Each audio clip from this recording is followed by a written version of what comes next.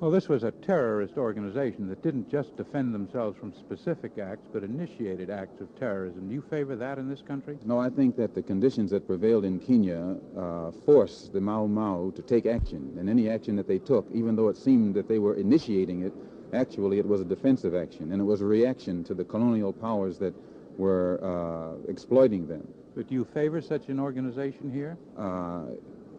Does white America favor the Ku Klux Klan or the Citizens Council? And as long as the government, police bodies, do nothing about the existence of white terror groups that are terrorizing blacks, then it's time for blacks to do whatever is necessary to put these white terror groups in their place. And I feel that a Mau Mau could wipe out the Klan in the north, south, east, and west, and wherever it exists. I'm not against the idea at all. So many people online saying, these riots are disgusting. This is not how a society should be run. You do not loot and you do not burn and you do not, this is not how our society is built. And that actually triggered something in me where I was like, man, okay, society, but what is society? And fundamentally, when you boil it down, society is a contract. It's a contract that we sign as human beings amongst each other. We sign a contract with each other as people, whether it's spoken or unspoken, and we say, amongst this group of us, we agree in common rules, common ideals, and common practices that are going to define us as a group. That's what I think a society is. It's a contract. And as with most contracts, the contract is only as strong as the people who are abiding by it.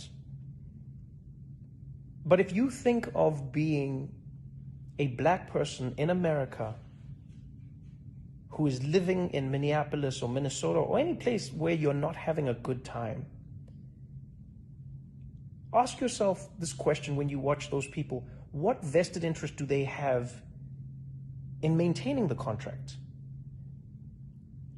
Why don't we all loot? Why doesn't everybody take? Because we've agreed on things. There are so many people who are starving out there. There's so many people who don't have. There are people who are destitute. There are people who, when the virus hit and they don't have a second paycheck, already broke, which is insane, but that's the reality. But still, think about how many people who don't have, the have-nots, say, you know what, I'm still going to play by the rules even though I have nothing, because I still wish for this society to work and exist. And then some members of that society, namely black American people, watch time and time again how the contract that they have signed with society is not being honored by the society that has forced them to sign it with them. When you watch Ahmaud Arbery being shot and you hear that those men have been released, and were it not for the video and the outrage, those people would be living their lives, what part of the contract is that in society? When you see George Floyd on the ground and you see a man losing his life in a way that no person should ever have to lose their life, at the hands of someone who's supposed to enforce the law, what part of the contract is that? And a lot of people say, well, what good does this do? Yeah, but what good doesn't it do? That's the question people don't ask the other way around. What good does it do to loot Target? How does it help you to loot Target? Yeah, but how does it help you to not loot Target? Answer that question. Because the only reason you didn't loot Target before was because you were upholding society's contract. There is no contract if law and people in power don't uphold their end of it. And that's the thing I think people don't understand sometimes, is that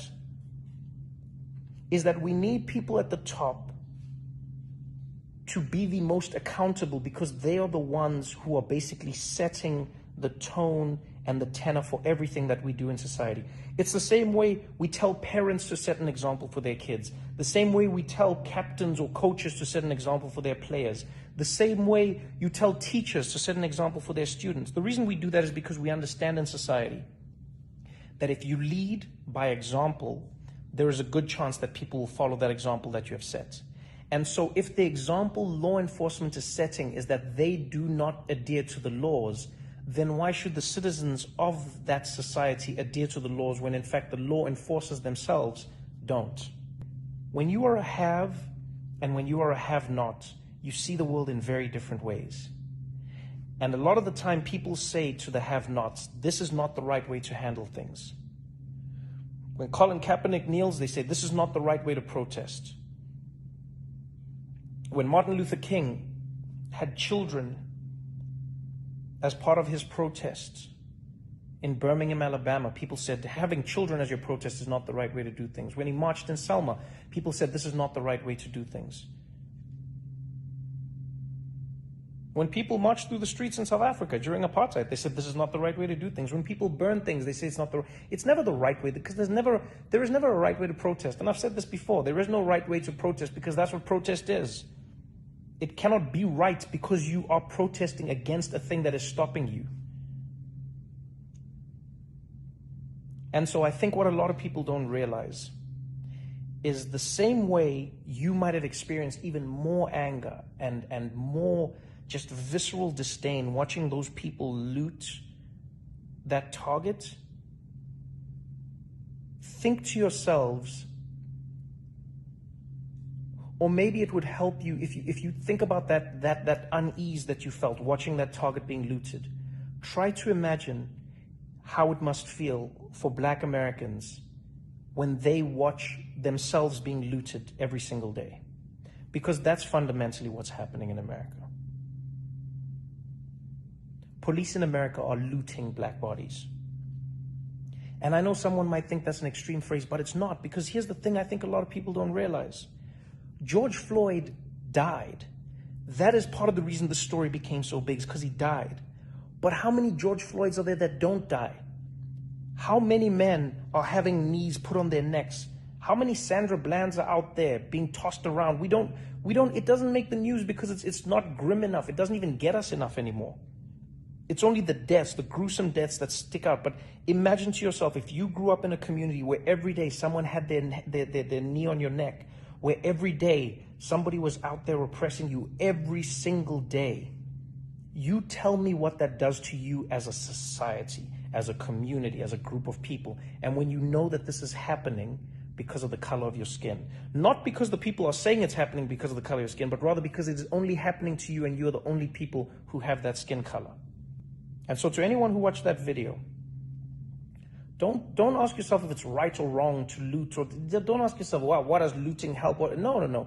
Ask yourself that question. Ask yourself why it got to you that much more watching these people loot, because they were destroying the contract that you thought they had signed with your society.